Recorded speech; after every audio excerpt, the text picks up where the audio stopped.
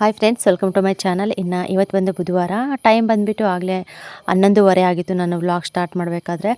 ಇಲ್ಲಿ ನೋಡ್ತಾ ಇರ್ಬೋದು, ಇವತ್ತು ಬಂದು ಇನ್ನು ನನ್ನ ಮನೆಗೆ ಕೂಡ ಹೋಗಿಲ್ಲ, ಇಷ್ಟೊತ್ತಾದರೂ ಕೂಡ ಇಲ್ಲೇ ಇದ್ದೀನಿ. ರೀಸನ್ ಬಂದುಬಿಟ್ಟು ಓನರ್ ಬರ್ತಾರೆ ಅಂತ ಗೊತ್ತಾಯಿತು, ಅದಕ್ಕೋಸ್ಕರ ಮನೆಯೆಲ್ಲ ಸ್ವಲ್ಪ ನೀಟಾಗಿ ಡೀಪ್ ಕ್ಲೀನ್ ಮಾಡಿದೆ. ತುಂಬ ದಿನ ಆಗಿತ್ತು ಕ್ಲೀನ್ ಮಾಡಿಬಿಟ್ಟು, ಇನ್ನು ಯಾರು ಕೂಡ ಇಲ್ಲಿ ವಾಸ ಮಾಡೋಲ್ಲಲ್ವ, ಅದಕ್ಕೋಸ್ಕರ ಸಿಕ್ಕಾಪಟ್ಟೆ ಧೂಳು ಮತ್ತು ಜಾಡು ಎಲ್ಲ ಇರುತ್ತೆ. ಅದಕ್ಕೋಸ್ಕರ ಇನ್ನು ಎಲ್ಲ ಕೂಡ ಜಾಡೆಲ್ಲ ತೆಗೆದು ಕ್ಲೀನಾಗಿ ಕಸ ಗುಡಿಸ್ಕೊಂಡು, ಇನ್ನು ಒಳಗೆ 2 ರೂಮು ಮತ್ತು ಅಡುಗೆ ಮನೆ ಮತ್ತು ಹಾಲು ಎಲ್ಲ ಕೂಡ ನೀಟಾಗೆಲ್ಲ ತೊಳ್ಕೊಂಬಂದೆ. ಇಷ್ಟೊತ್ತು ತೊಳ್ಕೊಬಂದ್ಬಿಟ್ಟು ಇನ್ನು ಬಾತ್ರೂಮು ರೂಮ್ ಎಲ್ಲ ಕೂಡ ನೀರು ಹಾಕ್ಬಿಟ್ಟು, ಇನ್ನು ಕಡ್ಡಿ ಪೊರ್ಕೆ ಇರುತ್ತಲ್ಲ ಎಲ್ಲ ತೊಗೊಂಡ್ಬಿಟ್ಟು ಇನ್ನು ಡೀಪ್ ಕ್ಲೀನ್ ಮಾಡಿಬಿಟ್ಟೆ ಇವತ್ತು. ಯಾಕಂದರೆ ಹೊಸ ಓನರ್ ಬರ್ತಾಯಿದ್ದಾರೆ. ಇನ್ನು ತೋಟ ಸೇಲ್ ಆಗುತ್ತೆ ಅಂತ ಹೇಳ್ತಾ ಇದ್ನಲ್ವ ಅವಾಗ ಸೇಲ್ ಆಯಿತು. ಇನ್ನು ಹೊಸ ಓನರ್ ಇವತ್ತು, ಅದಕ್ಕೆ ಅವ್ರು ಹೊಸ್ದಾಗಿ ಬರ್ತಾ ಇದ್ದಾರಲ್ವ, ಅದಕ್ಕೆ ಸ್ವಲ್ಪ ಚೆನ್ನಾಗಿರಲಿ ಅಂತ ಹೇಳ್ಬಿಟ್ಟು ಇನ್ನು ನಮ್ಮ ಹಳೆ ಓನರ್ ಇದ್ಬಿಟ್ಟು ಎಲ್ಲ ಕ್ಲೀನ್ ಮಾಡಿಸಿ ಅಂತ ಹೇಳಿದರು. ಅದಕ್ಕೆ ಇನ್ನು ಬೇರೆಯವ್ರನ್ನೆಲ್ಲ ಹುಡ್ಕೊಡೋದಕ್ಕಾಗೋದಿಲ್ಲ, ಕ್ಲೀನ್ ಮಾಡೋದಕ್ಕೆ ಲೇಟ್ ಆಗುತ್ತೆ, ಇವತ್ತೇ ಬರ್ತಾರೆ ಅಂತ ಹೇಳಿ ಇನ್ನು ನಾನೇ ಎಷ್ಟಾಗುತ್ತೋ ಅಷ್ಟು ನೀಟಾಗೆಲ್ಲ ಕ್ಲೀನ್ ಮಾಡಿಬಿಟ್ಟೆ. ಅದಕ್ಕೆ ವೀಡಿಯೋ ಸಮೇತ ನನಗೆ ಮಾಡ್ಕೊಳ್ಳೋದಕ್ಕಾಗಲಿಲ್ಲ, ಅಷ್ಟು ಕೆಲಸ ಜಾಸ್ತಿ ಇತ್ತು. ಬೆಳಗ್ಗೆ 7:15 ಸ್ಟಾರ್ಟ್ ಮಾಡಿದ್ದು, 11:30 ಎಲ್ಲ ಕ್ಲೀನ್ ಆಯಿತು. ಅಷ್ಟು ಗಲೀಜಾಗುತ್ತು, ಎಲ್ಲ ಕೂಡ ಕ್ಲೀನ್ ಮಾಡಿದೆ. ಮತ್ತು ಮೇಲ್ಗಡೆ ಅಷ್ಟನ್ನು ನಾವು ಇರ್ತೀವಲ್ವ, ಆ ರೂಮು ಕೂಡ ಎಲ್ಲ ಕ್ಲೀನ್ ಮಾಡಿ, ಮತ್ತು ಹೊರಗಡೆ ಕೊಡ ತುಂಬ ಬಕೆಟ್ ತುಂಬ ನೀರು ತೊಗೊಂಡು ಎಲ್ಲ ಕೂಡ ಹಾಕ್ಬಿಟ್ಟು ಇನ್ನು ಪೊರಕೆ ತೊಗೊಂಡೆಲ್ಲ ಗೂಡಿಸಿ ಕ್ಲೀನ್ ಮಾಡಿಬಿಟ್ಟೆ. ಎಷ್ಟು ನೀಟಾಗಿತ್ತು ಅಂದರೆ ನಿಜವಾಗ್ಲೂ ನೋಡೋದಕ್ಕೆ ಒಂಥರ ಖುಷಿ ಆಗ್ತಿತ್ತು ನನಗಂತೂ, ಅಷ್ಟು ಚೆನ್ನಾಗಿತ್ತು. ಬಟ್ ವೀಡಿಯೋ ಮಾಡೋದಕ್ಕಾಗಲಿಲ್ಲ. ನಾನು ಮನೆಗೆ ಬಂದಿದ್ದೀನಿ ಫ್ರೆಂಡ್ಸ್. ಇವಾಗ ಮನೆಗೆ ಬರೋಷ್ಟೊತ್ತಿಗೆ 1:30 ಆಯಿತು ಕರೆಕ್ಟಾಗಿ. ಇನ್ನು 1:30 ಆದರೂ ಕೂಡ ಊಟ ಸಮೇತ ನಾನು ಮಾಡಿರಲಿಲ್ಲ. ಇನ್ನು ನಾನು 11:30 ಹೊರಟಿದ್ದೆ, ಎಲ್ಲ ಕ್ಲೀನ್ ಮಾಡಿಬಿಟ್ಟು ಇನ್ನು ಹೋಗೋಣ ಅನ್ನೋಷ್ಟರಲ್ಲಿ ಅವರು ಓನರೆಲ್ಲ ಬಂದುಬಿಟ್ರು. ಇನ್ನು 2 ಕಾರ್ ಹಾಕ್ಕೊಂಡು ಬಂದರು. ಅದಕ್ಕೋಸ್ಕರ ಇನ್ನು ಸ್ವಲ್ಪ ಹೊಸ ಓನರ್ ಅಂದರೆ ಮಾತುಕತೆ ಎಲ್ಲ ಇರುತ್ತಲ್ವ, ಹೊಸ ಜಾಗ ಮತ್ತು ಅದ್ರ ಬಗ್ಗೆ ಎಲ್ಲ ಮಾತಾಡ್ತಾ ಇರ್ತಾರೆ ಹಳೆ ಓನರು ಮತ್ತು ಹೊಸ ಓನರು. ಹಾಗಾಗಿ ಸ್ವಲ್ಪ ಲೇಟ್ ಆಗಿಬಿಡ್ತು. ಇನ್ನು ನನಗಂತೂ ವೇಟ್ ಮಾಡೋಕ್ಕಾಗಲಿಲ್ಲ. ಇನ್ನು ಮಂಜಣ್ಣ ಕೂಡ ಕೆಲಸಕ್ಕೆ ಬಂದಿದ್ದರು. ಇನ್ನು ನಮ್ಮ ಅಣ್ಣನ ಕರ್ಕೊಂಡು ಇನ್ನು ನನ್ನ ಮನೆಗೆ ಬಂದೆ. ಇನ್ನು ಮನೆಗೆ ಬಂದ ತಕ್ಷಣ ಯೋಷಿತ ಚೆನ್ನಾಗಿ ಮಲ್ಕೊಂಡ್ಬಿಟ್ಟಿದ್ಲು. ಇನ್ನು ನಾನು ಬಂದು ಸ್ವಲ್ಪ ಹೊತ್ತಾದಮೇಲೆ ಮತ್ತೆ ಎದ್ಬಿಟ್ಲು. ಇನ್ನು ಅವಳ ಜೊತೆ ಮಾತಾಡ್ಕೊತ ಒಂದು ಸ್ವಲ್ಪ ಟೈಮ್ ಸ್ಪೆಂಡ್ ಮಾಡಿ, ಇನ್ನು ನಮ್ಮ ದೊಡ್ಡಮ್ಮ ಕೂಡ ಬಂದಿದ್ದರು. ತುಂಬ ದಿನಕ್ಕೆ ಬಂದಿದ್ದಾರೆ. ಇದೇ ಊರಲ್ಲೇ ಇದ್ದಾರೆ, ಬಟ್ ಅಪರೂಪಕ್ಕೆ ಬರ್ತಾರೆ, ಯಾವಾಗಲೂ ಕೂಡ ಬರೋದಿಲ್ಲ. ಇನ್ನು ಇವತ್ತು ಅತ್ತೆ ಹತ್ರ ಮಾತಾಡೋಣ ಅಂತ ಹೇಳಿ ಇನ್ನು ಬಂದಿದ್ದರು. ಇನ್ನು ಬಂದ ತಕ್ಷಣ ಅತ್ತೆ ಬಂದಿದ್ದೀವಿ ಅಪರೂಪಕ್ಕೆ, ಹಾಲು ತರ್ತೀನಿ ಮಟ್ಟಿ ಆದರೂ ಕುಡ್ಕೊಂಡು ಹೋಗುವಂತೆ ಅಂತ ಹೇಳಿ ಇನ್ನು ಹಾಲು ತರಕ್ಕೆ ಹೋದ್ರು ಮಧ್ಯಾಹ್ನ. ಇನ್ನು ಅಷ್ಟರಲ್ಲಿ ನಮ್ಮ ಕಲ್ಯಾಣ ಮತ್ತು ಧನು ಅವರು ಕೂಡ ಅಂಗನವಾಡಿಯಿಂದ ವಾಪಸ್ ಬರ್ತಾ ಇದ್ದಾರೆ. ಇನ್ನು ಟೀಚರ್ ರಜಾ ಹಾಕಿದ್ದಾರೆ ಒಂದು 2-3 ದಿನ, ಇನ್ನು ಅವ್ರದ್ದು ಹಬ್ಬ ಇದೆ ಅಂತ ಹೇಳಿಬಿಟ್ಟು. ಹಾಗಾಗಿ ಮಕ್ಕಳು ಊಟ ಮಾಡಿ ಸ್ವಲ್ಪ ತಿದ್ಬಿಟ್ಟು ಇನ್ನು ವಾಪಸ್ ಬಂದುಬಿಡ್ತಾರೆ. ಟೀಚರ್ ಇದ್ದರೆ 4 ಗಂಟೆವರೆಗೂ ಇರ್ತಾರೆ. ಟೀಚರ್ ಇಲ್ಲ ಅಂತಂದರೆ ಊಟ ಮಾಡಿಕೊಂಡು ಬೇಗನೆ ಬರ್ತಾರೆ. ಇನ್ನು ನಾವು ಅತ್ತೆ ಹೋಗಿದ್ರಲ್ಲ, ಇನ್ನು ಕರ್ಕೊಂಡು ಇನ್ನು ಹಾಲು ತೊಗೊಂಡು ಇನ್ನು ವಾಪಸ್ ಬರ್ತಾಯಿದ್ದಾರೆ ಮನೆ ಕಡೆಗೆ. ನಮ್ಮ ಗುಂಡಂತೂ ನಾನು ಬೆಳಗ್ಗೆ ನೋಡೇ ಇರಲಿಲ್ಲ, ಅವನು ಇದಕ್ಕೆ ಅಂಗನವಾಡಿಗೆ ಹೋಗಿರೋದು. ನಾನು ಅಲ್ಲೇ ತೋಟದಲ್ಲೇ ಇದ್ದೆ. ಇನ್ನು ನಮ್ಮ ಮನೆಯವ್ರು ಕರ್ಕೊಬಂದುಬಿಟ್ಟು ಇನ್ನು ಅವರು ಊಟ ಮಾಡಿಕೊಂಡು ಇನ್ನು ತೋಟಕ್ಕೆ ವಾಪಸ್ ಬಂದಿದ್ದರು. ನಾನು ಬೇಗ ಹೋಗಬೇಕು ಅಂತಲೇ ಬೇಗ ಕೆಲಸ ಮಾಡಿದೆ, ಬಟ್ ಬೇಗ ಬರೋದಕ್ಕಾಗಲಿಲ್ಲ ನನಗೆ. ಇನ್ನು ಬರ್ತಾನೆ ಇಬ್ಬರು ಕೂಡ ಖುಷಿಯಾಗಿ ಬರ್ತಾಯಿದ್ದಾರೆ. ಇವಾಗಿಂದ ಮತ್ತು ಸಂಜೆವರೆಗೂ ಇವರಿಬ್ಬರನ್ನ ಹಿಡಿಯೋದಕ್ಕಂತೂ ಆಗೋದೇ ಇಲ್ಲ, ಅಷ್ಟು ತರಲೆ ಮಾಡ್ತಾನೆ ಇರ್ತಾರೆ. ಇನ್ನು ಚಿಕ್ಕಪ್ಪರು ಕೂಡ ಇಲ್ಲ ಮನೆಯೆಲ್ಲ ಕಟ್ಟಿಸ್ತಾ ಇದ್ದಾರಲ್ವ, ಇನ್ನು ನಮ್ಮ ಚಿಕ್ಕಪ್ಪನೇ ಎಲ್ಲ ಕೂಡ ಕಟ್ತಾ ಇರೋದು. ಸದ್ಯ ಯಾರನ್ನೂ ಕೂಡ ಇಟ್ಕೊಳ್ಳಲ್ಲ, ಅಂದರೆ ಹೆಲ್ಪರ್ಗೆ ಇಟ್ಕೊತಾರೆ ಅಷ್ಟು ಬಿಟ್ಟರೆ ಇನ್ನು ಮಿಕ್ಕಿರೋದೆಲ್ಲ ಕೂಡ ಅವರೇ ನೋಡ್ಕೊತಾರೆ. ಇನ್ನು ಸಿಕ್ಕಾಪಟ್ಟೆ ಇದಾಗ್ಬಿಟ್ಟಿದ್ದು ನನಗಂತೂ. ನನ್ನ ಮುಖ ತೊಳೆದ್ರೂ ಕೂಡ ತೊಳೆದೇ ಇಲ್ಲ ಅನ್ನೋ ಅಷ್ಟು ರೇಂಜ್ಗೆ ಆಗಿಬಿಟ್ಟಿದೆ. ನಾನು ಅಷ್ಟು ಕೆಲಸ ಫಾಸ್ಟಾಗಿ ಮಾಡಿಬಿಟ್ಟೆ ಇವತ್ತು. ಸಖತ್ತು ಒಂಥರ ಸುಸ್ತು ಥರ ಕೂಡ ಆಗಿತ್ತು ನನಗೆ. ಇನ್ನು ಹೊಸ ಓನರ್ ಅಂದರೆ ಗೊತ್ತಿಲ್ಲ ಫ್ರೆಂಡ್ಸ್, ಏನೋ ಎತ್ತ ಅಂತ ಹೇಳ್ಬಿಟ್ಟು ನಮಗೆ ಇವಾಗಿಂದ ಮತ್ತೆ ನಮಗೆ ಸ್ವಲ್ಪ ಭಯ ಸ್ಟಾರ್ಟ್ ಆಗ್ತಾಯಿದೆ. ಅಂದರೆ ಸ್ವಲ್ಪ ಅಡ್ಜಸ್ಟ್ ಆಗೋವರೆಗೂ ಹಂಗೆ ಅಲ್ವಾ, ಏನೋ ಎತ್ತೋ ಅನ್ನೋ ಅಷ್ಟು ಇದಾಗ್ತಾ ಇರುತ್ತೆ. ನಮ್ಮ ಮನೆಯವ್ರು ತುಂಬ ಕಷ್ಟಪಟ್ಟು ಈ 5 ವರ್ಷ ಕೂಡ ಇದೇ ತೋಟದಲ್ಲೇ ಅವರು ಕೆಲಸ ಮಾಡ್ಕೊಂಡಿದ್ದಾರೆ. ಎಲ್ಲರೂ ಕೂಡ ನಮಗೆ ಚೆನ್ನಾಗಿ ಅಡ್ಜಸ್ಟ್ ಆಗಿದ್ದರು. ಆದರೆ ಇವಾಗ ಅವ್ರ ಕೈಯಲ್ಲಿ ನಡ್ಸ್ಕೊಂಡು ಹೋಗೋದಕ್ಕಾಗದೇ ಇರೋದಕ್ಕೆ ಇನ್ನು ಬೇರೆಯವ್ರಿಗೆ ಸೇಲ್ ಮಾಡಿದ್ದಾರೆ. ಇನ್ನು ಇವ್ರು ಗೊತ್ತಿಲ್ಲ ಏನೋ ಎತ್ತ ಅಂತ ಹೇಳ್ಬಿಟ್ಟು. ಇವರು ಕೂಡ ಬೆಂಗಳೂರಿನವರೇ. ಇನ್ನು ಬಂದಿದ್ದರು. ಇನ್ನು ನಮ್ಮ ಮನೆಯವ್ರು ಮಾತಾಡಿದ್ರು ಅವ್ರ ಹತ್ರ, ನಾನು ನೋಡಲಿಲ್ಲ, ನಾನು ಮಾತಾಡಲಿಲ್ಲ, ನೋಡೋಣ ಅಂತ ಹೇಳಿ. ಮತ್ತು ಗೊತ್ತಿಲ್ಲ, ಹೊಸದಾಗಿ ಮತ್ತು ಇವಾಗಿಂದನೂ ಕೂಡ ಮತ್ತು ಹೊಸ ಜೀವನ ಸ್ಟಾರ್ಟ್ ಆದಂಗೆ ಆಗಿದೆ ನಮ್ಗೆ ಇವತ್ತು. ಅಷ್ಟು ಇದು ಏನೋ ಎತ್ತೋ ಅಂತೇಳ್ಬಿಟ್ಟು ಎಲ್ಲ ಪ್ರತಿಯೊಂದಕ್ಕೂ ಕೂಡ ನಾವೇ ಅಡ್ಜಸ್ಟ್ ಆಗುತ್ತೆ. ಅವರು ನಮ್ಗೆ ಅಡ್ಜಸ್ಟ್ ಆಗೋಲ್ಲ, ಅವ್ರಿಗೆ ನಾವು ಅಡ್ಜಸ್ಟ್ ಅಡ್ಜಸ್ಟ್ ಆಗಬೇಕಾಗುತ್ತೆ. ಹಾಗಿದ್ರೆ ಮಾತ್ರ ನಾವು ಎಲ್ಲೇ ಹೋದ್ರೂ ಕೂಡ ಕೆಲಸ ಮಾಡ್ಕೊಂಡು ಹೋಗೋದಕ್ಕೆ ಸಾಧ್ಯ. ಏನೇ ಸ್ವಲ್ಪ ಇದಿದ್ರೂ ಕೂಡ ನಮ್ಮ ಜೀವನ ನಡಿಬೇಕಂತಂದರೆ ನಾವು ಎಲ್ಲದಕ್ಕೂ ಕೂಡ ಅಡ್ಜಸ್ಟ್ ಮಾಡ್ಕೊಂಡು ಹೋಗಬೇಕು. ಇಲ್ಲಾಂದರೆ ತುಂಬ ಕಷ್ಟ ಆಗಿಬಿಡುತ್ತೆ. ನಾವು ಮಾಡೋದಿಲ್ಲ, ನಮ್ಗೆ ಆಗಲ್ಲ, ಹಂಗೆ ಹಿಂಗೆ ಅಂತಂದರೆ ಒಬ್ಬರಲ್ಲ ಅಂದರೆ ಒಬ್ಬರು ಸಿಗ್ತಾ ಇರ್ತಾರೆ. ನಿಮ್ಗೆ ಯಾಕೆ ಬಲವಂತ ಅಂತ ಹೇಳಿಬಿಟ್ಟು ಇನ್ನು ಇದು ಮಾಡ್ತಾ ಇರ್ತಾರೆ. ಇವಾಗಿನ ಪರಿಸ್ಥಿತಿಲಿ ಎಲ್ಲೋದ್ರೂ ಕೂಡ ಕೆಲಸ ಸಿಗೋದೇ ಅಪರೂಪ. ಮತ್ತು ಕಷ್ಟ ಕೂಡ ಇನ್ನು ಮಾಡೋಷ್ಟು ನಮಗೆ ನಮ್ಮ ಕೈಲಿ ಆಗೋಷ್ಟು ಮಾಡ್ತೀವಂದ್ರೂ ಕೂಡ ಎಲ್ಲೂ ಕೂಡ ಕೆಲ್ಸಗಳು ಸಿಗೋದು ಭಾಳ ಇದು. ಇನ್ನು ಹಳ್ಳಿ ಕಡೆ ಅಂತೂ ಗೊತ್ತಲ್ವ, ಹಳ್ಳಿ ಕಡೆ ಸ್ವಲ್ಪ ಕಡಿಮೆನೇ ಕೆಲಸಗಳು. ಇನ್ನು ಸೀಸನ್ ಇರುವಾಗ ಮಾತ್ರ ಕೆಲಸ ಸಿಗುತ್ತೆ, ಸೀಸನ್ ಇಲ್ಲಾಂದರೆ ಯಾವಾಗಲೂ ಕೂಡ ಕೆಲಸನೇ ಇರೋದಿಲ್ಲ. ಇನ್ನು ನಮ್ಮ ಮನೆಯವರಂತೂ ಇನ್ನು ಈ ತೋಟ ಅದೆಲ್ಲ ಬಿಟ್ಟು ಅಭ್ಯಾಸ ಆಗಿಬಿಟ್ಟಿದೆ ಅಲ್ವ, ಅವ್ರಿಗೆ ಇದೊಂದು ಸ್ವಲ್ಪ ಚೆನ್ನಾಗಿ ಗೊತ್ತು. ಇನ್ನು ಹೊರಗಡೆ ಹೋಗಿ ಕೆಲಸ ಮಾಡೋಣ ಅಂತಂದರೆ ಅವ್ರ ಕೈಲಿ ಆಗೋದಿಲ್ಲ. ಮತ್ತು ಅಡ್ಜಸ್ಟ್ ಕೂಡ ಆಗ್ತಾರೋ ಇಲ್ಲ ಗೊತ್ತಿಲ್ಲ. ಇನ್ನು ನಮ್ಮೂರಲ್ಲಿ ವ್ಯವಸ್ಥೆ ಏನಿಲ್ಲ ಫ್ರೆಂಡ್ಸ್. ಇನ್ನು ಬಸ್ಸಿನ ವ್ಯವಸ್ಥೆ ಆಗಲಿ, ವೆಹಿಕಲ್ಸ್ ವ್ಯವಸ್ಥೆ ಆಗಲಿ ಏನೂ ಇಲ್ಲ. ಹತ್ರ ಕೆಲಸಗಳು ಕೂಡ ಎಲ್ಲೂ ಇಲ್ಲ. ಇನ್ನು ನಾವು ಹೆಣ್ಮಕ್ಳು ಹೋಗಬೇಕು, ಇಲ್ಲ ಅವರು ಹೋಗ್ಬೇಕಂದ್ರೆ ಗಾರ್ಮೆಂಟ್ಸ್ ಇದೆ, ಬಟ್ ಗಾರ್ಮೆಂಟ್ಸಲ್ಲಿ ಅವ್ರಿಗೆ ಅಷ್ಟೊಂದು ಇದಾಗೋದಿಲ್ಲ. ಹಾಗಾಗಿ ಇದನ್ನೇ ಕೂಡ ಇವತ್ತು ಹಗಲೆಲ್ಲ ಅವರು ಯೋಚನೆ ಮಾಡಿಕೊಂಡೇ ಇದ್ದೆ ನಾನಂತೂ. ಏನು ಮಾಡ್ತಾರೋ ಏನಂತ ಹೇಳ್ಬಿಟ್ಟು. ಇನ್ನು ನಮ್ಮ ಮನೆಯವ್ರಿಗೆ ಸ್ವಲ್ಪ ಕೋಪ ಅಂದರೆ ಸ್ವಲ್ಪ ಯಾರೋ ಏನಾದರೂ ಅಂದರೂ ಕೂಡ ಸಹಿಸ್ಕೊಳ್ಳಲ್ಲ. ಸ್ವಲ್ಪ ಜಾಸ್ತಿ ಕೋಪ ಅವರಿಗೆ. ಕರೆಕ್ಟಾಗಿ ನಡ್ಕೊಂಡು ಹೋಗ್ತಾ ಇರ್ತಾರೆ. ಅವ್ರಿಗೆ ಚೆನ್ನಾಗೆಲ್ಲ ಮೇಂಟೆನೆನ್ಸ್ ಮಾಡ್ಕೊಂಡು ಹೋಗ್ತಾ ಇರ್ತಾರೆ. ಏನೂ ಕೂಡ ಮಿಸ್ಟೇಕ್ ಆಗೋಲ್ಲ. ಏನೋ ಅವರು ಮಿಸ್ಟೇಕ್ ಮಾಡದೇ ಇರೋ ಥರ ನೋಡ್ಕೊಂಡು ಹೋಗ್ತಾ ಇರ್ತಾರಲ್ವ, ಅವಾಗ ಏನಾದರೂ ಒಂದು ಸ್ವಲ್ಪ ಇದು ಬಂದರೂ ಕೂಡ ಅವ್ರು ಸಹಿಸೋಲ್ಲ. ಅಷ್ಟು ಸ್ಟ್ರಿಕ್ಟು ನಮ್ಮ ಮನೆಯವರು.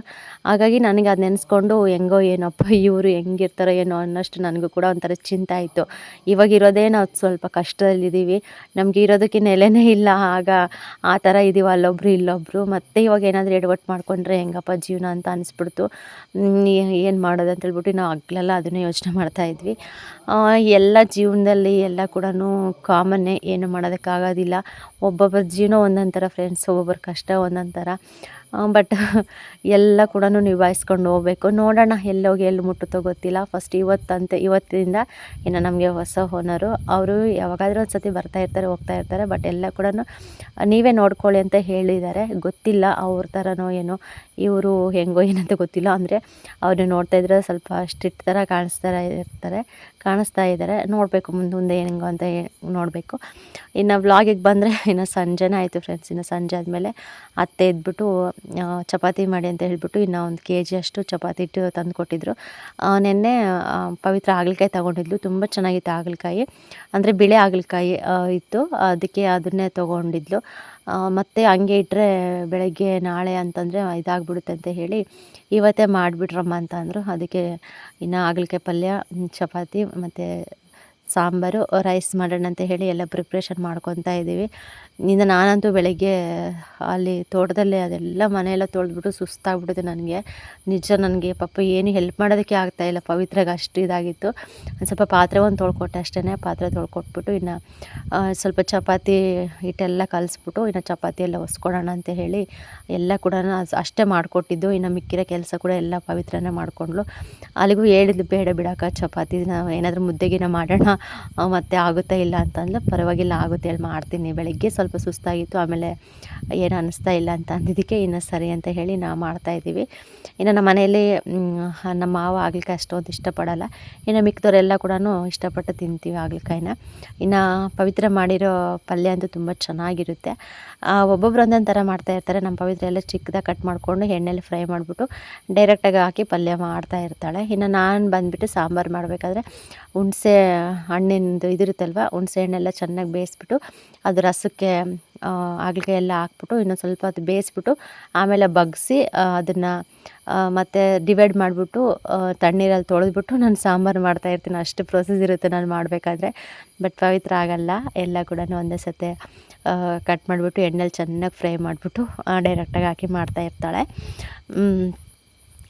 ಇನ್ನು ಇವತ್ತು ಗೊತ್ತಿಲ್ಲ, ಅಂದ್ಕೊಂಡಿರಲಿಲ್ಲ ನಾವು ಮನೇಲಿ ಚಪಾತಿ ಮಾಡ್ತಾಯಿದ್ದೀವಿ ಅಂತ ಹೇಳಿ.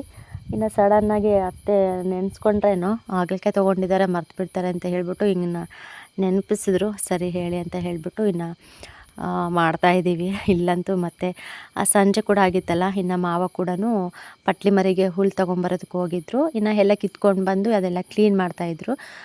ಅದಕ್ಕಂತೂ ಹಸುಗಾಗಲಿ ಮತ್ತು ಪಟ್ಲಿ ಮರಿಗಾಗಲಿ ತುಂಬ ನೀಟಾಗಿ ನಮ್ಮ ಮಾವ ಎಲ್ಲ ನೀಟಾಗಿ ಕಟ್ ಮಾಡಿಬಿಟ್ಟು ಚಿಕ್ಕ ಚಿಕ್ಕದಾಗಿ ಹಾಕೋದು, ಮತ್ತು ಕಸ ಕಡ್ಡಿ ಏನಾದರೂ ಇರುತ್ತೆ ಅಂತೇಳಿ ನೋಡ್ಕೊಂಬಿಟ್ಟು ಎಲ್ಲ ಡಿವೈಡ್ ಮಾಡಿ ಕ್ಲೀನ್ ಮಾಡಿ ಹಾಕ್ತಾಯಿರ್ತಾರೆ. ಇಲ್ಲಿ ನೋಡ್ತಾ ಇರ್ಬೋದು ನನ್ನ ಪರದಾಟ, ಪವಿತ್ರ ಪವಿತ್ರ ಟೈಮ್ ಆಗುತ್ತೆ ಅಂತ ಅಡುಗೆಗೆ ಮಾಡ್ತಾಯಿದ್ದಾಳೆ. ನಾನು ನಮ್ಮ ಮಾವನಿಗೆ ಟೀ ಮಾಡ್ಕೊಡ್ಬೇಕಂತ ನಾನು ಟೀ ಮಾಡ್ತಾಯಿದ್ದೀನಿ. ಇಬ್ಬರು ಒಂದೇ ಸತಿ ಹೋಗ್ಬಿಟ್ರಂತ ಇನ್ನು ಡಿಕ್ಕಿ ಕೊಟ್ಕೊಬಿಡ್ತೀವಿ. ಜಾಗನೇ ಸಾಕಾಗಲ್ಲ ಫ್ರೆಂಡ್ಸ್, ನಿಜವಾಗ್ಲೂ ಒಬ್ಬೊಬ್ಬರೇ ಮಾಡಬೇಕಾಗುತ್ತೆ. ಇಬ್ಬರು ಒಂದು ಸತಿ ಹೋದ್ರಂತೂ ಏನು ತೊಗೋಬೇಕು ಏನು ಬಿಡಬೇಕು ಅನ್ನೋಷ್ಟು ಪರದಾಡಬೇಕಾಗುತ್ತೆ. ಅಷ್ಟು ಚಿಕ್ಕ ಪ್ಲೇಸ್ ಅದು. ಒಬ್ಬೊಬ್ರಂದ್ರೆ ಸ್ವಲ್ಪ ನಿಂತ್ಕೊಂಡು ನೀಟಾಗಿ ಅಡುಗೆ ಮಾಡ್ಬೋದು. ಇಬ್ಬಿಬ್ರು ಓಡಾಡ್ತೀವಿ ಅಂತಂದ್ರೂ ಸ್ವಲ್ಪ ಕಷ್ಟನೇ. ಏನು ಮಾಡೋಕ್ಕಾಗುತ್ತೆ, ಜೀವನ ಅಂದರೆ ಇಷ್ಟೇ. ಪ್ರತಿಯೊಂದಕ್ಕೂ ಕೂಡ ನಾವು ಹೊಂದ್ಕೊಂಡು ಹೋಗಲೇಬೇಕಾಗುತ್ತೆ. ಸ್ವಲ್ಪ ದಿನ ಟೈಮು ಬರೋವರೆಗೂ ಅದು ಯಾವಾಗ ಬರುತ್ತೆ ಒಳ್ಳೆ ಟೈಮ್ ಅನ್ನೋದು ಗೊತ್ತಿಲ್ಲ. ಬಟ್ ಒಂದಿನ ಬಂದಾಗ ಏನೋ ಒಂದು ದೇವ್ರು ಕೊಟ್ಟಿದ್ದನ್ನು ನಾವು ಸ್ವಲ್ಪ ಅಷ್ಟು ಇಷ್ಟು ಇದು ಮಾಡಿಕೊಂಡು ನೀಟಾಗಿರೋ ಮನೇನ ಮಾಡ್ಕೋಬೋದು ಅಂತ ಅನಿಸುತ್ತೆ. ಬಟ್ ಅಲ್ಲಿವರೆಗೂ ಕೂಡ ಕಾಯ್ಕೊಂಡಿರಲೇಬೇಕಾಗುತ್ತೆ. ನಾವೇನೇ ಮುನ್ನುಗ್ಗಿ ಮಾಡ್ತೀವಿ ಅಂದರೂ ಕೂಡ ಒಂದೊಂದು ಸತಿ ಕೆಲಸ ಕೈಗೂಡಲ್ಲ. ಎಷ್ಟೇ ಪ್ರಯತ್ನ ಪಟ್ಟರು 100 ಜನ 1000 ಜನ ಹೇಳ್ತಾರೆ ಫ್ರೆಂಡ್ಸ್, ಮಾಡ್ಕೊಳ್ಳಿ ಅಂತ. ಅದು ಕೈಗೆ 10 ಬರದೇ ಇರೋದು ಏನು ಅಂತ ಮಾಡೋಕ್ಕಾಗುತ್ತೆ ಹೇಳಿ. ಅದು ಯಾವ ಟೈಮ್ಗೆ ಆಗಬೇಕು ಅದೇ ಟೈಮ್ಗೆ ಆಗೋದು. ನಾವೆಷ್ಟು ಒಂದೊಂದು ಸತಿ ಪ್ರಯತ್ನ ಪಟ್ಟರು ಕೂಡ ಒಂದೊಂದು ಸತಿ ಆಗೋದಿಲ್ಲ. ನಾವೆಷ್ಟೋ ಸರಿ ಅಂದ್ಕೊಂಡು ಹೋಗಿ ಇನ್ನೊಂದು ಮನೆ ಇದೆ ಫ್ರೆಂಡ್ಸ್ ನಮ್ಮದು. ಅದು ಇಂದಿರಾ ಗಾಂಧಿ ಕಾಲದಲ್ಲಿ ನಮ್ಮ ಅತ್ತೆಗೆ ಬಂದಿರೋ ಲೋನು ಒಂದು ಮನೆ ಇದೆ. ಅದು ತೋರಿಸ್ತೀನಿ ಯಾವಾಗಾದರೂ. ಅದನ್ನು ಸ್ವಲ್ಪ ಕ್ಲೀನ್ ಮಾಡಿಕೊಂಡು ಅಲ್ಲಿಗೆ ಹೋಗೋಣ ಅಂತ ಹೇಳಿ. ಈ ಮನೆ ಅಂತೂ ಈ ವರ್ಷಕ್ಕೆ ಇರೋದೇ ಇಲ್ಲ. ಮಳೆಗಾಲ ಬಂದ್ರಂತೂ ಇನ್ನು ಯಾವಾಗ ಬಿದ್ದೋಗುತ್ತೆ ಅನ್ನೋದೇ ಒಂಥರ ಭಯ ಅನಿಸುತ್ತೆ ಒಳಗಡೆ. ತುಂಬ ಹಳೆ ಮನೆ, ಹಾಗಾಗಿ ಅದನ್ನು ರೆಡಿ ಮಾಡಿಸ್ಕೊಂಡು ಆದಷ್ಟು ಬೇಗ ಹೋಗೋಣ ಅಂತ ಹೇಳಿಬಿಟ್ಟು ಅಂದ್ಕೊಳ್ತಾ ಇದ್ದೀವಿ. ಸುಮಾರು ವರ್ಷದಿಂದ ನಾವು ಮದುವೆ ಆಗಿ ಬಂದಾಗಿಂದ ಅಂದ್ಕೊಳ್ತಾ ಇದ್ದೀವಿ. ಬಟ್ ಹೋಗೋದಕ್ಕೆ ಆಗ್ತಾಯಿಲ್ಲ, ನಮಗೆ ಕೈ ಕೂಡಿನೇ ಬರ್ತಾಯಿಲ್ಲ. ಒಂದೊಂದಕ್ಕೂ ತುಂಬ ಪರದಾಟ ಆಗುತ್ತೆ ನಮಗೆ, ಅಷ್ಟು ಇದಾಗ್ತಾ ಇರುತ್ತೆ. ನೋಡೋಣ ಈ ವರ್ಷನಾದರೂ ಏನಾದರೂ ಮಾಡೋಣ ಅಂತ ಅಂದ್ಕೊಂಡಿದ್ದೀವಿ. ಅದಕ್ಕೋಸ್ಕರ ಏನಾದರೂ ಮಾಡಿ ಮಳೆಗಾಲ ಸ್ಟಾರ್ಟ್ ಆಗೋ ಅಷ್ಟೊತ್ತಿಗೆ ನಾವು ಆ ಮನೆ ರೆಡಿ ಮಾಡಿಸ್ಕೊಂಡು ಹೋಗೋಣ ಅಂತ ಅಂದ್ಕೊಂಡಿದ್ದೀವಿ. ಅಲ್ಲಿವರೆಗೂ ಕೂಡ ಇದೆಲ್ಲ ತಪ್ಪಿದ್ದೆಲ್ಲ ಎಲ್ಲ ಕೂಡ ಇದು ಮಾಡ್ಕೊಂಡು ಹೋಗಬೇಕು. ಸುಮ್ಮನೆ ಎಲ್ಲ ಮೇಲ್ಮೇಲೆ ಚೆನ್ನಾಗೇ ಕಾಣಿಸ್ತಾ ಇರ್ತೀವಿ. ಬಟ್ ಅವ್ರವ್ರ ಕಷ್ಟ, ಅವ್ರವ್ರ ನೋವು, ಇದು ಅವ್ರಿಗೆ ಗೊತ್ತಿರುತ್ತೆ. ಕೆಲವ್ರಿಗೆಲ್ಲ ಏನು ಅನಿಸುತ್ತೆ ಅಂದರೆ ಹೋಗೋಕ್ಕೇನು ಮಾಡ್ಕೊಳೋದಕ್ಕೆ ಏನು ಹಂಗೆ ಹಿಂಗೆ ಅಂತ ಇರ್ತಾರೆ. ಬಟ್ ಅವ್ರ ಮನೇಲಿರೋ ಪರಿಸ್ಥಿತಿ ಅವ್ರಿಗೆ ಗೊತ್ತಿರುತ್ತೆ. ಒಂದಿನ ಬಿಡುವಿಲ್ಲದೆ ದುಡಿತಾ ಇರ್ತೀವಿ. ಆದರೂ ಕೂಡ ನಮಗೆ ಕೈ ಹತ್ತಿ ಬರ್ತಾ ಇಲ್ಲ. ಅಲ್ಲಿಗೆ ಇದಾಗ್ತಾ ಇರುತ್ತೆ. ನಮ್ಮ ಮನೆಯಲ್ಲ ಮತ್ತೆ ಕೂಡ ಕೆಲಸ ಮಾಡ್ತಾ ಇರ್ತಾರೆ. ಆದರೂ ಕೂಡ ನಮಗೆ ಮನೆಗೆ ಸಾಕಾಗುತ್ತೆ. ನಾವು ಹೊರಗಡೆ ಹೋಗಿ ದುಡಿಯೋಣ ಅಂದರೆ ಸದ್ಯಕ್ಕೆ ನಾವು ಇವಾಗ ಎಲ್ಲೂ ಹೋಗೋ ಪರಿಸ್ಥಿತಿ ಕೂಡ ನಮಗಿಲ್ಲ. ಇನ್ನು ನಮ್ಮ ಮನೆಯವರೆಲ್ಲ ದುಡಿತಾ ಇದ್ದಾರೆ. ಬಟ್ ಅವ್ರು ದುಡಿದಿದ್ದು ಅದು ಎಲ್ಲಿ ಹೋಗುತ್ತೆ ಅನ್ನೋದು ಕೂಡ ಒಂದೊಂದು ಸತಿ ಲೆಕ್ಕ ಇಲ್ಲ, ಬುಕ್ಕ ಇಲ್ಲ. ಇನ್ನು ನಮ್ಮ ಅಂಚನ ಹೋಗ್ತಾ ಇರ್ತಾರೆ. ಅವರು ಹೋದ್ರದ್ದೆಲ್ಲ ಬರೀ ಸಂಘಕ್ಕೆ, ಮತ್ತು ಅವ್ರದ್ದು ಸ್ವಲ್ಪ ಸಾಲ ಇದೆ. ಸಾಲ ತೀರಿಸ್ಕೊಳ್ಳೋದಕ್ಕೆ, ಮತ್ತು ಮಕ್ಳಿಗೆ ಹುಷಾರಿಲ್ಲಂದರೆ ಮಕ್ಕಳು ಹೆಲ್ತ್ಗೆ, ಅದಕ್ಕೂ ಇದಕ್ಕೇ ಖರ್ಚಾಗ್ತಾ ಇರುತ್ತೆ. ಬಟ್ ನಾವು ಇವಾಗ ಮಾಡ್ಕೊಂಡು ಹೋಗಿ ರೆಡಿ ಮಾಡಿಸ್ಕೊಂಡು ಹೋಗಿ ಆ ಮನೆಗೆ ಅಂತ ಹೇಳಿದ್ರೆ ಹೆಂಗೆ ಹೋಗೋದಕ್ಕಾಗುತ್ತೆ ಹೇಳಿ. ಅದಕ್ಕೆ ಸ್ವಲ್ಪ ಟೈಮ್ ಬರೋವರೆಗೂ ವೆಯ್ಟ್ ಮಾಡಬೇಕಾಗುತ್ತೆ. ನೋಡೋಣ, ನಮಗೂ ಸ್ವಲ್ಪ ಒಳ್ಳೆ ದಿನ ಬಂದರೆ ಆದಷ್ಟು ಬೇಗ ಆ ಮನೆ ಇರೋದ್ರಲ್ಲೇ ಸ್ವಲ್ಪ ರೆಡಿ ಮಾಡಿಸ್ಕೊಂಡು ಹೋಗ್ತೀವಿ. ಇನ್ನು ಅತ್ತೆ ಮಾವನಿಗೋಸ್ಕರನಾದರೂ ಹೋಗಬೇಕು. ವಯಸ್ಸಾದವ್ರ ಮೇಲೆ ಇಟ್ಕೊಂಡು ನಾವು ಈ ಮನೇಲಂತೂ ಇರೋದಕ್ಕಾಗೋದಿಲ್ಲ. ಇನ್ನು ವ್ಲಾಗಿಗೆ ಬಂದರೆ ಇನ್ನು ಚಪಾತಿ ಉಜ್ಜೋಣ ಅಂತ ಕೂತ್ಕೊಂಡ್ರೆ ನಮ್ಮ ಯೋಷಿತ ಅಂತೂ ಅಡ್ಡಡ್ಡನೇ ಬರ್ತಾಳೆ, ನಾನು ಚಪಾತಿ ಮಾಡ್ತೀನಿ ಅಂತ ಹೇಳಿ. ನಿಜ ಹೆಣ್ಮಕ್ಳು ಅಂದರೆ ಎಷ್ಟು ಇದಲ್ವಾ ಫ್ರೆಂಡ್ಸು. ಗಂಡು ಮಕ್ಕಳಾಗಲಿ ಹೆಣ್ಮಕ್ಳೇ ಆಗಲಿ ಇಂಥ ವಯಸ್ಸಲ್ಲಿ ನಾವು ಚಪಾತಿ ಹೊಸಿತೀವಿ ಕೊಡಿ ಅಂತ ಹೇಳ್ಬಿಟ್ಟು ಇನ್ನು ಅಡ್ಡಡ್ಡನೇ ಬರ್ತಾ ಇರ್ತಾರೆ. ಇನ್ನು ಫೈನಲಿ ನಾನು ಚಪಾತಿ ಎಲ್ಲ ಹೊಸ್ಕೊಟ್ಟು ಸ್ವಲ್ಪ ಪಾತ್ರೆ ಇದ್ದು ಎಲ್ಲ ಕೂಡ ಹೊರಗಡೆ ಇಟ್ಟು ಬಂದೆ, ತೊಳೆದು ಕೊಟ್ಟು ಹೋಗೋಣ ಅಂತ ಹೇಳಿ. ಇನ್ನು ಪವಿತ್ರ ಚಪಾತಿ ಬೇಯಿಸ್ತಾನೇ ಇದ್ದಾಳೆ ಕೂತ್ಕೊಂಡು. ಇನ್ನು ಜಾಸ್ತಿ ಚಪಾತಿ ಫ್ರೆಂಡ್ಸ್ ನಮ್ಮ ಮನೇಲಿ. ಒಂದು 1.25 kg ನಾನು ಹಿಟ್ಟು ಕಲಸಿದ್ದಿವತ್ತು. ಎಲ್ಲ ಕೂಡ ಬೇಯಿಸ್ಬೇಕು ಅಂದರೆ ಸ್ವಲ್ಪ ಸುಮಾರು ಟೈಮ್ ತೊಗೊಳುತ್ತೆ. ಇನ್ನು ಪವಿತ್ರ ಚಪಾತಿ ಬೇಯಿಸ್ದಂಗೆಲ್ಲ ನಮ್ಮ ಅತ್ತೆ ಮಕ್ಕಳಿಗೆಲ್ಲ ಊಟ ಮಾಡಿಸ್ಬಿಟ್ರು, ಸ್ವಲ್ಪ ಬೇಗನೆ ಊಟ ಮಾಡಿಸಿದ್ರು. ಇನ್ನು ಸಾಯಂಕಾಲ ಆದ ತಕ್ಷಣ ಇವು ಪಟ್ಲಿ ಮರಿ ಇದೆ ಅಲ್ವಾ, ಇದಕ್ಕೆ ಮೆಕ್ಕೆಜೋಳ ಮತ್ತು ಗಾಣದಿಟ್ಟೋದೆಲ್ಲ ಕೂಡ ನಮ್ಮ ಮಾವ ಸ್ವಲ್ಪ ಹಾಕ್ತಾ ಇರುತ್ತೆ, ತಿನ್ನಿಸ್ತಾ ಇರುತ್ತೆ.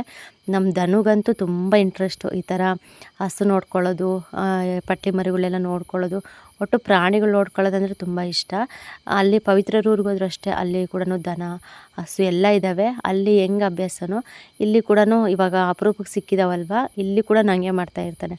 ಹತ್ರಕ್ಕೆ ಹೋಗಬೇಡ ಕಣೋ ಅಂದರೂ ಕೂಡ ಕೇಳೋದಿಲ್ಲ, ಅಷ್ಟಿದು. ಇನ್ನು ನಮ್ಮ ಅತ್ತೆ ಬಂದುಬಿಟ್ಟು ಕಲ್ಯಾಣನಿಗೆ ಊಟ ಎಲ್ಲ ಮಾಡಿಸಿತ್ತಲ್ವ, ಇನ್ನು ಹೋಗೋಣ ಟೈಮ್ ಆಗುತ್ತೆ ಅಂತ ಹೇಳಿ ಇನ್ನು ಸ್ವೆಟ್ರೆಲ್ಲ ಹಾಕ್ತಾ ಇದ್ದಾಳೆ. ಮತ್ತು ಸಂಜೆ ಆದರೆ ಸಾಕು ಫುಲ್ಲು ಗಾಳಿ, ಸಖತ್ತು ಚಳಿ ಕೂಡ ಅನ್ನಿಸ್ತಾ ಇರುತ್ತೆ. ಹಾಗಾಗಿ ಮಕ್ಕಳಿಗೆ ಆದಷ್ಟು ಬೇಗನೆ ಬೆಚ್ಚಗೆ ಮಾಡೋಣ ಅಂತ ಹೇಳಿ ಇನ್ನು ಸ್ವೆಟ್ರೆಲ್ಲ ಹಾಕ್ಸ್ಬಿಡ್ತೀವಿ. ನಾವು ಮರೆತರೂ ಕೂಡ ನಮ್ಮ ಅತ್ತೆ ಮರೆಯೋದಿಲ್ಲ. ಯಾರಾದರೂ ಒಬ್ಬರು ನೆನಪಿಸ್ತಾನೆ ಇರ್ತಾರೆ ಮಕ್ಕಳಿಗೆ ಸ್ವೆಟ್ರ್ ಹಾಕಿ ಟೋಪಿ ಇಡಿ ಅಂತ ಹೇಳಿ. ಅಷ್ಟು ಕೂಲ್ ಇದೆ ವೆದರ್ ಇವಾಗಂತೂ. ಇನ್ನು ಒಂದು 5 ಗಂಟೆ 5:30ಇಂದನೂ ಸ್ಟಾರ್ಟ್ ಆಗುತ್ತೆ ನೋಡಿ. ಮತ್ತು ಬೆಳಿಗ್ಗೆ 8:30 9 ಗಂಟೆ ಆದರೂ ಕೂಡ ಚಳಿ ಬಿಡಲ್ಲ, ಅಷ್ಟು ಚಳಿ, ಸಿಕ್ಕಾಪಟ್ಟೆ ಚಳಿ. ಇನ್ನು ಫೈನಲಿ ಅಡುಗೆ ಎಲ್ಲ ಆಯಿತು ಫ್ರೆಂಡ್ಸ್. ಇನ್ನು ಬಾಕ್ಸ್ಗೆ ಹಾಕೊಂಡು ಹೋಗಿ ಸ್ವಲ್ಪ ತಿನ್ಕೊಂಡು ಬೇಗ ಮಲಗಿಬಿಡೋಣ ಅನ್ನೋಷ್ಟು ನನಗೆ ಇದಾಗ್ಬಿಟ್ಟಿತ್ತು. ಅದಕ್ಕೆ ಇನ್ನು ಚಪಾತಿ ಬೇಯಿಸ್ತಾ ಇದ್ಲು ಪವಿತ್ರ. ಅಷ್ಟರೊಳಗೆ ಸ್ವಲ್ಪ ಅನ್ನ ಸಾಂಬಾರು ಪಲ್ಯ ಎಲ್ಲ ಹಾಕ್ಕೊಳ್ಳೋಣ ಅಂತ ಹೇಳಿ ಇನ್ನು ಬಾಕ್ಸ್ಗೆ ಹಾಕ್ಕೊತಾ ಇದ್ದೀನಿ. ಸಾಂಬಾರು ಮಾತ್ರ ತುಂಬ ಚೆನ್ನಾಗಾಗಿತ್ತು. ಬದನೆಕಾಯಿ ಅಂತೂ ನನ್ನ ಫೇವ್ರೇಟು. ಈ ಮನೇಲಿ ಬದನೆಕಾಯೇ ತಿನ್ನಲ್ಲ ಫ್ರೆಂಡ್ಸ್ ಯಾರೂ. ಬದನೆಕಾಯಿ ತಿಂದರೆ ಯಾರು ಮೈ ತೀಟೆ ಆಗುತ್ತೆ, ಯಾರು ಕೆರ್ಕೊತಾರೆ ಅಂತ ಹೇಳ್ಬಿಟ್ಟು ಬದನೆಕಾಯಿ ಎಲ್ಲ ಸೈಡ್ಗೆ ಎತ್ತಿಟ್ಟು ಇನ್ನು ತಿಳಿಯಲ್ಲಿ ಮಾತ್ರ ಊಟ ಮಾಡ್ತಾರೆ. ನಾನು ಹಾಗಲ್ಲ, ಊಟ ಮಾಡ್ತೀನಿ ನಾನು ಬದನೆಕಾಯಲ್ಲಿ. ಇನ್ನು ಅನ್ನ ಕೂಡ ಇವತ್ತು ಕುಕ್ಕರಲ್ಲಿ ಮಾಡಿದ್ವಿ. ಟೈಮ್ ಕೂಡ ಆಗಿತ್ತಲ್ವ, ಸಂಜೆ ಅಡುಗೆ ಸ್ಟಾರ್ಟ್ ಮಾಡಿದ್ರೆ ಆಗೋದೇ ಲೇಟ್ ಈ ಥರ ಚಪಾತಿ ಮಾಡಬೇಕಾದ್ರೆ. ಇನ್ನು ಅದಕ್ಕೆ ಇನ್ನು ಪಾತ್ರೆಯಲ್ಲಿ ಮಾಡ್ಕೊಂಡು ಕೂತ್ಕೊಳ್ಳೋದಕ್ಕೆ ಆಗೋದಿಲ್ಲ ಅಂತ ಹೇಳಿ ಇನ್ನು ಸುಮ್ಮನೆ ಕುಕ್ಕರಲ್ಲೇ ಮಾಡಿಬಿಡೋಣ ಅಂತ ಹೇಳಿ ಪವಿತ್ರ ಕುಕ್ಕರಲ್ಲೇ ಅನ್ನ ಮಾಡಿದ್ಲು. ತುಂಬ ಚೆನ್ನಾಗಾಗಿತ್ತು. ನಾವು ಒಂದೊಂದು ಸತಿ ನಮ್ಮ ಮಾವ ನಮ್ಮ ಅತ್ತೆ ಸ್ವಲ್ಪ ಕುಕ್ಕರಲ್ಲಿ ಅನ್ನ ಮಾಡಿದ್ರೆ ಅವ್ರಿಗೆ ಸ್ವಲ್ಪ ಊಟ ಮಾಡೋದಕ್ಕೆ ಆಗೋದಿಲ್ಲ. ಬಟ್ ಏನು ಮಾಡೋದಕ್ಕಾಗೋದಿಲ್ಲ, ಒಂದೊಂದು ಸತಿ ಎಲ್ಲ ಕೂಡ ಊಟ ಮಾಡಬೇಕಾಗುತ್ತೆ. ಇನ್ನು ಸ್ವಲ್ಪ ಎಲ್ಲ ಕೂಡ ಹಾಕ್ಕೊಂಡು ಇನ್ನು ತೋಟದ ಕಡೆ ಹೋದ್ವಿ. ಓಕೆ ಫ್ರೆಂಡ್ಸ್, ಸಿಗೋಣ ನೆಕ್ಸ್ಟ್ ವ್ಲಾಗ್.